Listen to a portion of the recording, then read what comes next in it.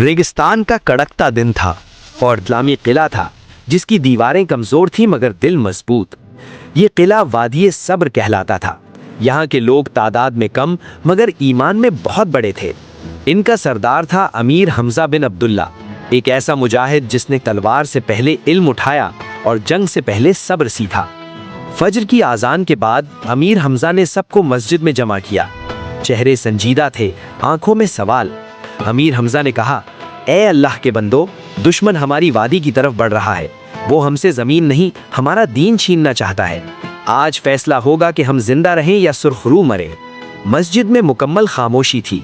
एक बूढ़ा सहाबी नुमा शख्स खड़ा हुआ। अमीर, अगर हम कम हैं तो क्या हुआ? बद्र में भी तो कम थे मगर अल्लाह साथ था। सबकी आंखों में आंसू आ गए। दूसरी तरफ दुश्मन का लश्कर था, हजारों सिपाही, घोड़े, हथियार और गुरूर। उनका सरदार जर्नैल कैसर था। वो हंसते हुए बोला, एक छोटा सा किला, चंद भूखे लोग, आज सूरज हमारे नाम से तुलू होगा। मगर वो नहीं जानता था कि ईमान का वजन लोहे से ज्यादा होता है। जंग से पहले नौजवान मुजाहिद सलमान अपनी माँ के पास आया। उसकी माँ ने उसके सर पर हाथ रखा और कहा, बेटा, अगर वापस आओ तो सर फख्र से ऊंचा हो और अगर शहीद हो जाओ तो मेरा सर कयामत तक ऊंचा रहेगा। सलमान की आंखों से आंसू बहे मगर कदम मजबूत हो गए।